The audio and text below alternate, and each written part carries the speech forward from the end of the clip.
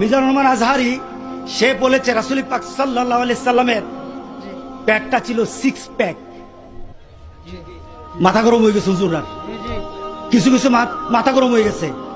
এক হুজুর তো বলতেছে আমার নাতি নাতি নাতি উস্তাদ। আমি আলহামদুলিল্লাহ, নানার সাথে তো তাহলে বসে কথা বলা যায়। দিন কি দিন এই আলেমে উনি কথা বলতেছেন যে জাররা শব্দটা রাসূল পাক সাল্লাল্লাহু আলাইহি সাল্লামের জামানায় জাররা দিয়ে জাররা বোঝানো হতো না। বর্তমান জাররা হলো নিউক্লিয়ার, আর রাসূল পাক সাল্লাল্লাহু আলাইহি সাল্লামের জামানায় জাররা ছিল ছোট ছোট দানা। আমার সমাজে কি নিউক্লিয়ার, যেটা চোখে দেখা যায় না, আর রাসূলের সমাজে ছিল জাররা, একটা ছোট দানাকে জাররা বলা হতো। পার্থক্য আছে কিনা? আছে কিনা বলেন? একই শব্দ, ওই সময়ের কালে পরিবর্তন হয়ে গেছে। 6 প্যাক মানে ওই সমাজে ছিল না তা নয়। বর্তমান মডার্ন যারা